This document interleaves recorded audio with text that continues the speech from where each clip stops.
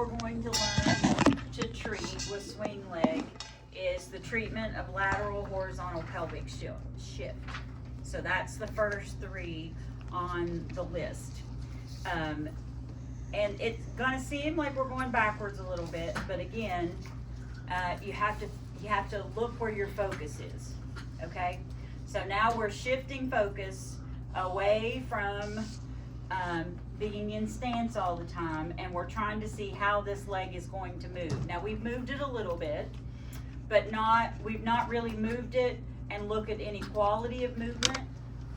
We've moved it in the sense that we want to see how it's loaded and unloaded and how reliable it's going to be when it comes into and out of stance. But we've not looked at anything as far as, can that patient pick it up and put it down where we need it and consistently do those things step after step after step for swing, right? So we're going to be looking at, and also I kind of gave you all a little cheat earlier where I said we were going to start from back here, because we don't ever start swing phase from here, right?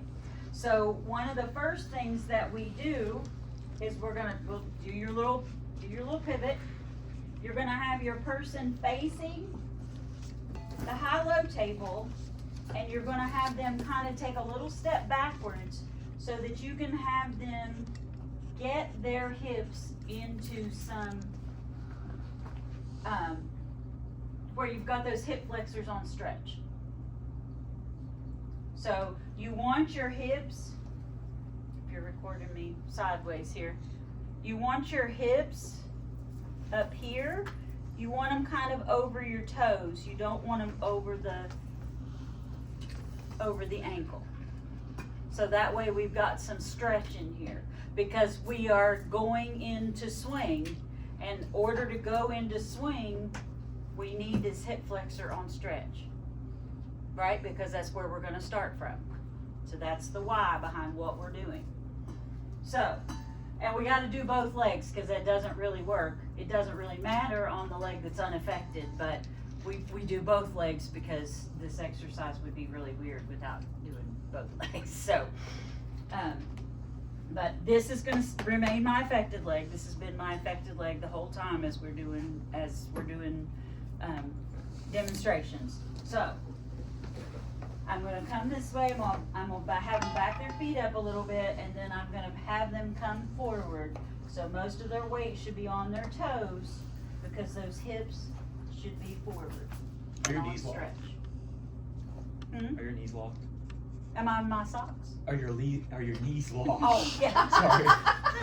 I can't hear you. No, it's okay. They are bent slightly, Okay. I guess. You want your, yeah, it's hard. You can't really keep them locked. Yeah. Okay. Like, you know, So you want those hips on stretch, and then you're just going to laterally weight shift.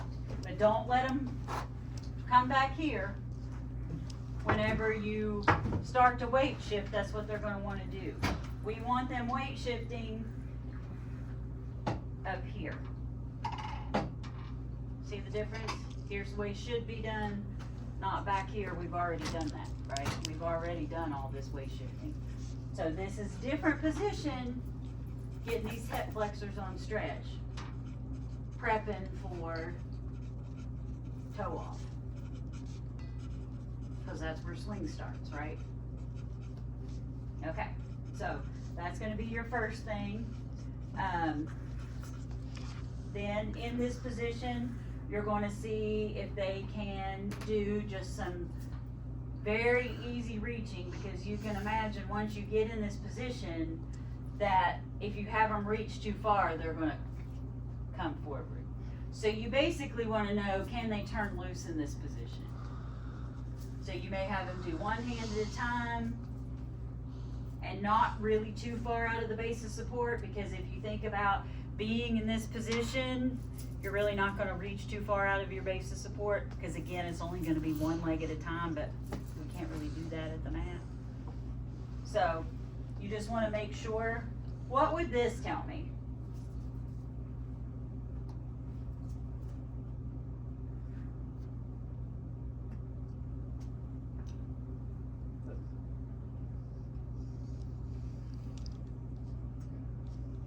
I'm getting tired. Whether they might need an assistive device or not, and whether they might need a double-handed assistive device or a one-handed assistive device. Do you think that's probably a hard position to stand in? So if they can handle standing like that and reach, gives you a good idea about where to maybe start double-handed, one-handed. Maybe they can't do it at all and you're like, whoa mama, we're going to the parallel bars. So, this can also tell you that. So, we're back here, we're just doing a little bit of reaching. If you're going at all, your sheet says 1 inch. That approximate 1 inch is 1 inch outside the base of support. That's how far you are staying in your little bubble here. It's basically to find out whether they can turn loose. So you can do one-handed, have them turn loose with each hand, and then even try double-handed. The next thing that you're going to do is you are going to, when we looked at stance leg, we did sidestep, but we just really sidestepped in one direction and then we turned around, right? So this time we're going to go in both directions, but we're going to go where the hips are on stretch. So we're going to have them step, and we might have to help with the weight shifting again, hopefully not too much, because stance should be pretty well defined at this point. Now, there's not a whole lot of knee flexion going on at this point.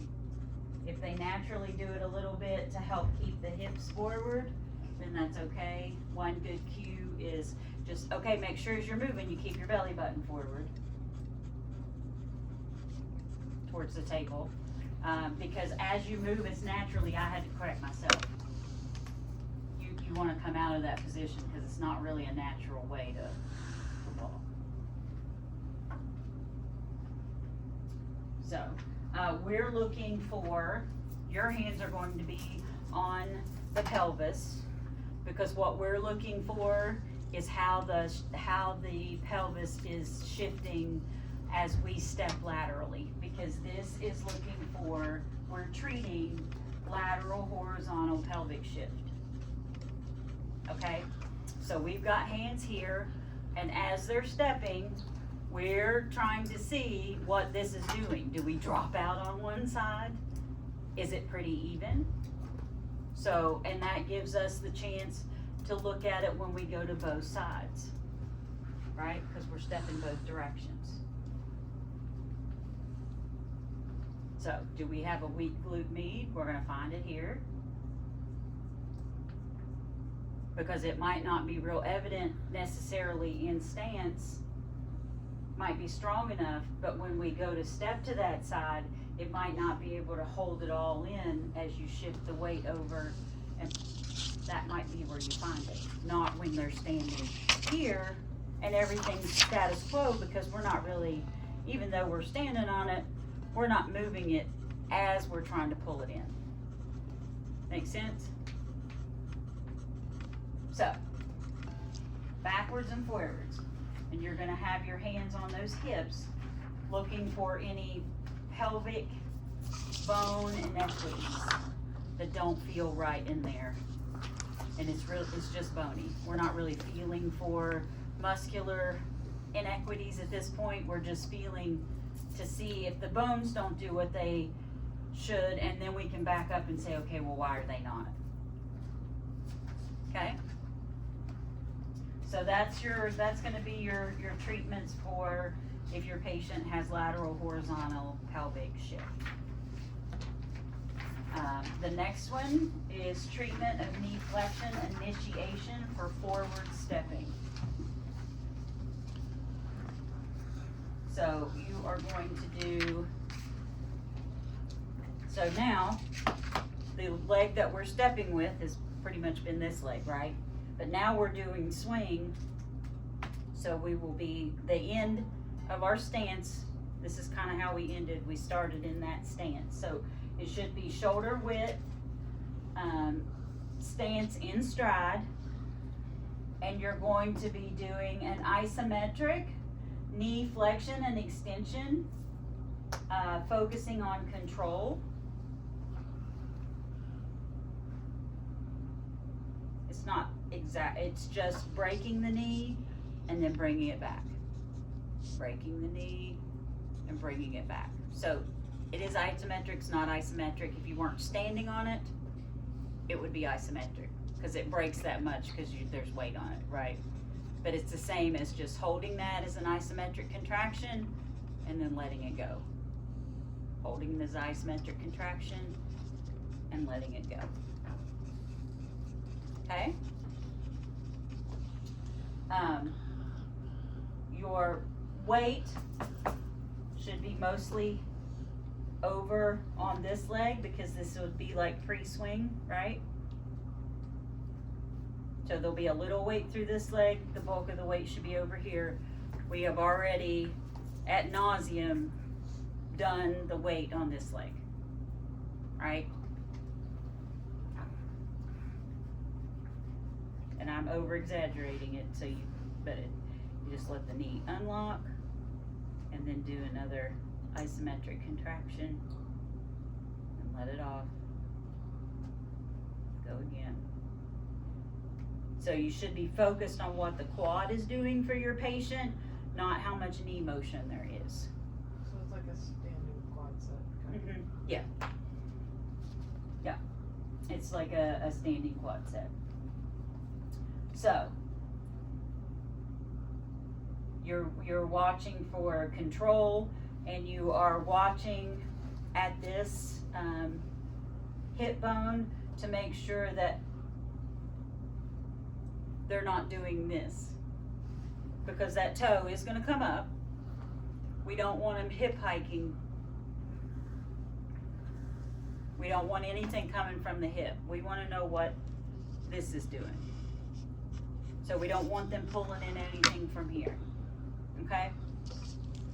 So that's, you want to watch for focusing on the control and make sure that you're monitoring whether that patient is doing hip hiking or not.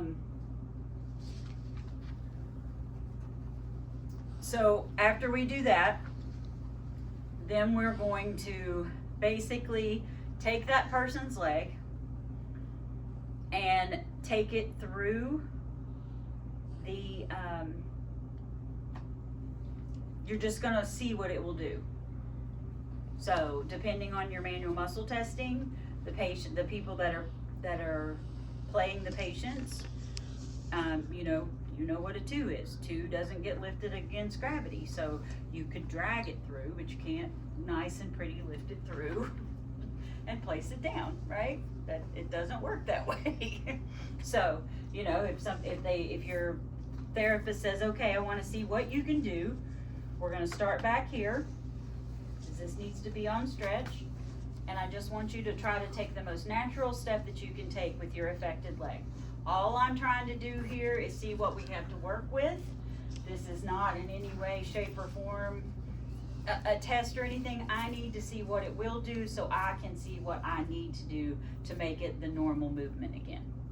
So that's all this is it's just literally taking a couple swing motions with whatever range of motion or manual muscle testing your patient has to see what it can do. If your patient's ataxic, probably gonna look like that. It may have a 4 out of 5, and if it donkey kicks you, you better be clear, right? If it's a 0 out of 5, they're gonna be having all their weight over here, and you might even see them try to,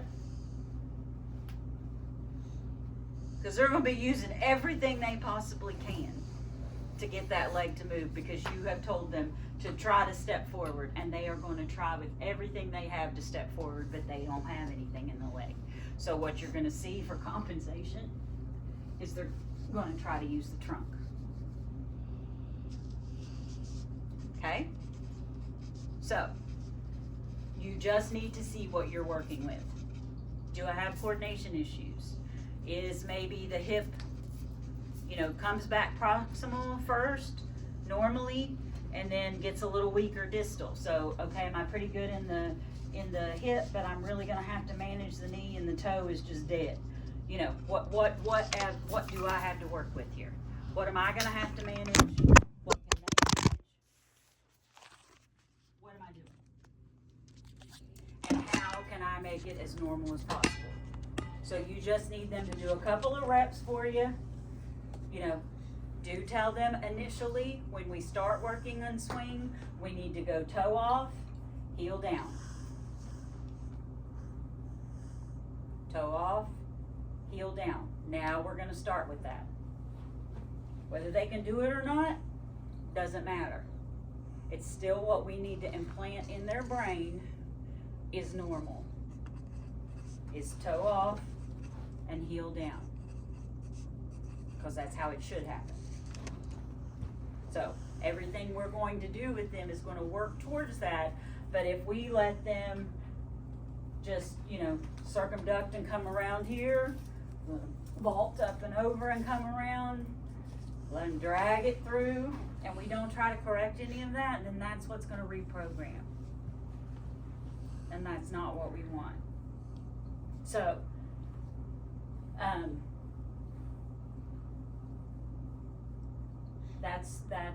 that's what the prep the movement box is. It's just seeing what we have to work with. Okay? The next one is literally taking that leg like it's a piece of meat, regardless of the manual muscle testing. Tell your patient, let me have your leg. Just let me have it. Let me take it through what it should do. And so you're gonna have to practice this because it's a little awkward, especially when you don't know where you gotta figure out where you need your hands to go. Because they're gonna wanna help you.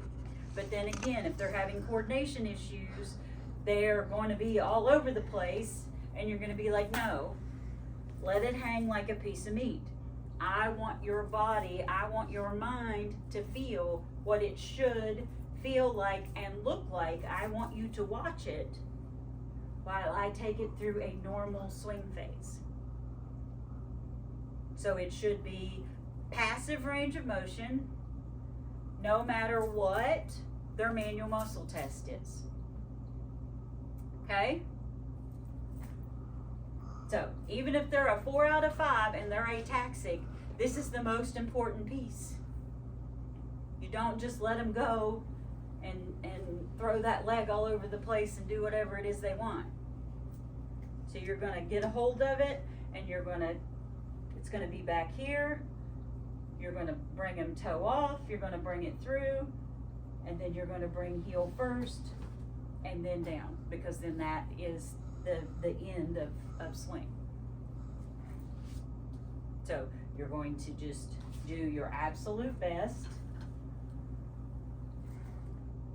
And so when you go backwards, you just reverse the movement. Make sense?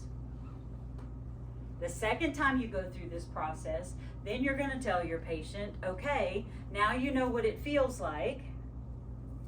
I want you to do as much of it as you can, and I will guide you for the rest. A lot of times with active assistive, it's like everything else. Where are they going to be the strongest?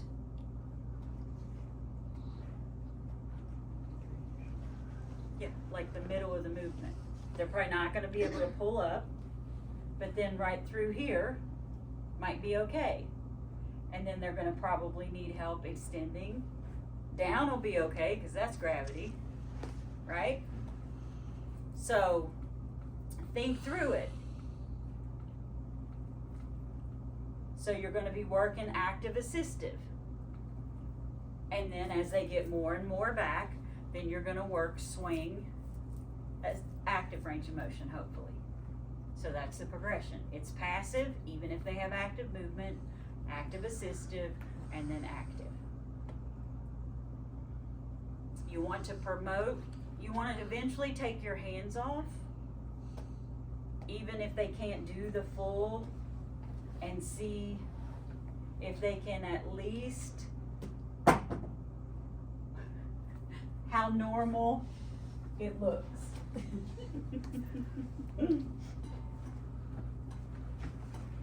So after some active assistive and you realize that they got more muscles than they did have, I think it's too close to the edge there, Missy. Wow. Once you feel things firing that didn't fire before when you're doing active range of motion and or active assistive, and you're like, I don't have to help as much. So then you're gonna kind of, this is for real world stuff. You're gonna say, okay, let's see that again. And so then you're gonna go to active so that you can see what does that look like again. Because it's gonna change, right? It's gonna change as they get stronger. So don't forget to check it every now and again to see what the active looks like, even if we're not ready for all active range of motion. Go back to that prep every now and again just to make sure that what that looks like, what we're working with now. Okay? So that's your initiation of forward stepping. So we're getting them ready to learn the toe off portion. And we just finish it with the heel strike because why wouldn't we finish that motion?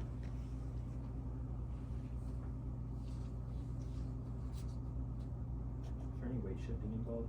Hmm? Is there any weight shifting involved? You can weight shift. If you're gonna weight shift, you can have them weight shift onto the heel, but that's pretty much where swing ends. Okay. Right? Yeah. But you wanna make sure that you come back here enough to get the toe off. So they're actually having to push off, because it's the initiation that these exercises are focused on. So that would be the beginning. The next category is treatment of knee flexion initiation for backward stepping. A lot of patients can walk forwards all day long, then you ask them to step backwards and they fall. And you think, okay, well they just don't step backwards. Well, how many of you on a clinical told your patients to take a step back to their chair? So you're just like, okay, well we're just not walking backwards. Well, you've got to at least teach them to take a step or two backwards, because how hard is it to end up exactly where you need to wind up when you need to sit down somewhere? It's impossible. So they have to be at least able to take a step back towards the chair. So with this one, you will start in front, because we're taking a back step. So the swing leg would start in front. So you'll start by lifting the heel, flex the knee, so you'll break all the extension and take it into flexion. And slide the toe in swing, and then backwards down into not quite having the heel back down again. And then just bring it forward. We start here, break it all, bring it back, here. And we're not necessarily stepping straight back forwards, we're kind of bringing it around, because what we're focused on now is them getting this back here, from here. And if we're just doing this, then the brain doesn't get to focus on the one movement. Okay?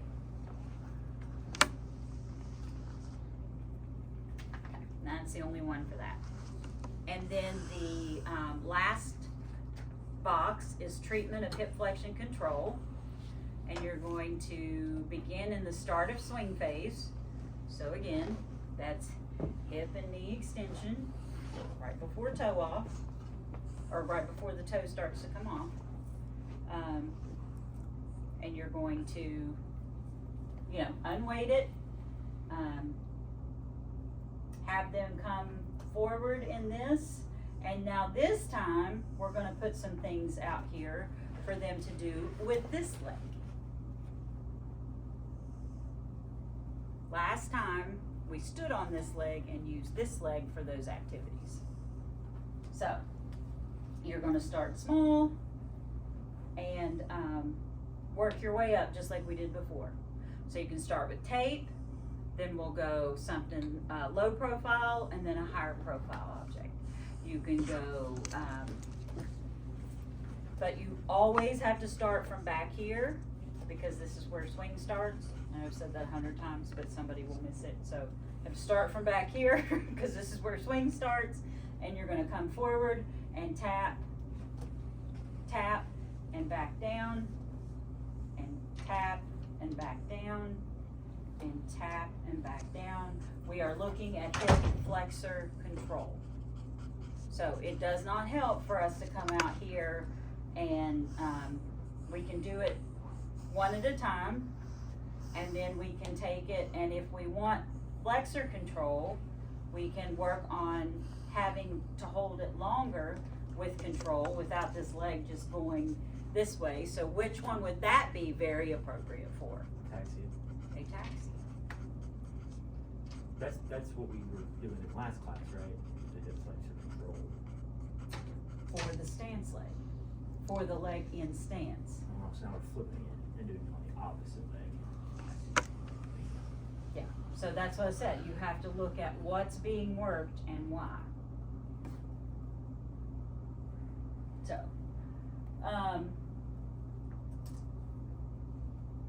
and you, as you do these activities, you're going to be, because they're gonna be getting pretty good. They can hold on here for stability. Your hands are gonna be near the hips because again, as they bring this up, we're looking for, you know, it's not uncommon. Should their pelvis stay completely level during this process? No. So, but we're looking for anything that's abnormal going on here at the pelvis. Should we feel some rotation? Yeah. So if we're feeling like stiff, is this hip flexion? No, this is not hip flexion. The flexion in my hip does not change at all because they're using their compensatory strategies and they're not getting any rotation here. There's no movement at the pelvis. So a lot of times you can't necessarily see those things, but you can feel them. So hands, table hands on top of the pelvis bones. That way you can feel what's going on, and if you can't feel it exactly to give it a name, if you watch what your hands are doing and they're fixed like that, they will tell you which way it's tilting.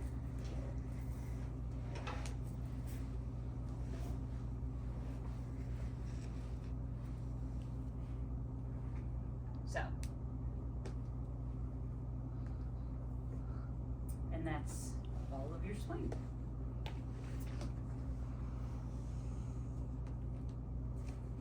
Now, we're either getting a stance or a swing in practical. Yes, you'll get one or the other. Okay. And you won't get, you won't have to start at the beginning of that and go all the way through. You'll get something wrong with the swing leg. So it's gonna be like problem in the hip flexors, knee extensors. Okay. Yep. Yep. So, like if your scenario says that she's having difficult, your patient's having difficulty in swing phase, specifically with the control of her hip flexors, and you do the exercises for knee flexion, that's wrong. You need to do the correct set of exercises for what she has wrong with her specific scenario.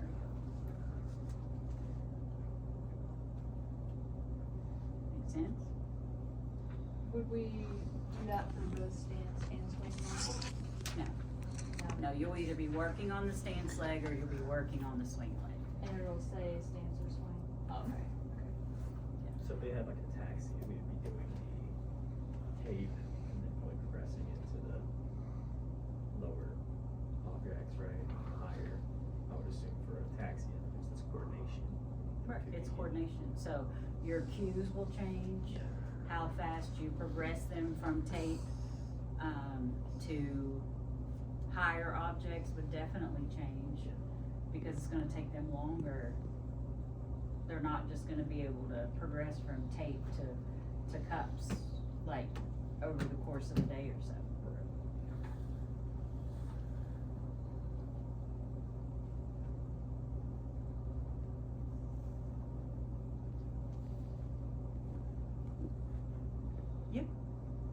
Really use my whole body when I'm doing gait training with a neuro patient. I'm on a stool, and if they are needing assistance, especially with the swing leg, if we're pretty good in stance and I'm focused on swing, then I'm gonna break the knee with my shoulder, and then you have got to get in here and kind of fling, right? So I'm gonna lift and fling. Okay, go ahead and step, sorry. I didn't You're give good. you- I didn't give you a chance to, and come back here. Okay. I didn't give you a chance to step. So, you just tell them, I'm gonna manage this leg, and I just want you to walk as normal as you can on this side. So that way, once you swing this leg, then they'll step with that leg. I left that part out. So, again, heavy leg, more of this. But I've got my hand kind of there where I had it earlier when I said it's a good place to scoop. If I have to break the knee, then I'm gonna be down closer here to the knee joint. If I don't have to break the knee, then I might go up a little higher. So, make sure your stool's not gonna run over him. Okay, so you can shove him that way, bring the leg through, just let it hang. He's resisting me. Oh, my fault, my fault. Just try to let your leg, it's hard. Yeah. She's manhandling me, I'm supposed to just let it go. So, okay, shift over. Alright, we'll just step. And see how you've got to give it a little bit of a propel forward, or you're never going to be able to be here as they're walking forward and be able to place it down for heel strike.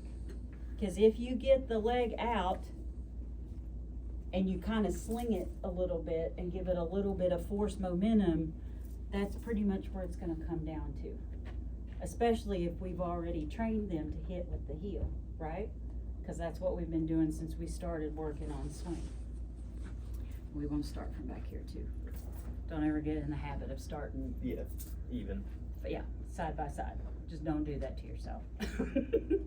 If you're working on gait in a neuro patient, you always want to start with the affected leg behind if you're working on swing. So that will translate back into gait when we get in the parallel parts. This leg will have to start from behind, so it's just good idea to. So, but if you're as you can't, we're not stepping forward. Just yeah, just over and back. So there's a little bit of a force to it. And if anybody wants to step up here, I can sling your leg so you can feel it. I'll get my legs long. Yeah, okay. Yeah, hold it Once we get to the end, do we just turn them like we normally do and then go the other way? No, or- this is not one of the exercises. I'm just showing Oh, you okay. how to like kind of sling a leg. Okay. Like you can't, when you go to do any of these exercises, you're not gonna take this leg and you're not gonna like pick it up and you're not gonna, Yeah. Okay. this is not, well, it's not sustainable, one, because you can't do that when you put it all together. Yeah. And so you don't want them to get used to needing that, right? Mhm. So the best way to do it is break it. Do I step? Well, I mean, no, we're just, Okay. yeah, so start back here, a little bit further. Yeah. So you just wanna break the knee. And you just kinda bring it up and out a little bit, so that way they get hip flexion, they get knee flexion, and you've already hopefully trained them to be looking to hit with the heel when it comes down, because gravity is gonna bring it down. Make sense? Yeah? So, but if you try to pick it up and you try to control every aspect of the swing, you're never gonna get swing, you're never gonna get a natural swing. Because they're gonna be waiting for somebody to pick it up and put it down in front of them. Okay? Alright,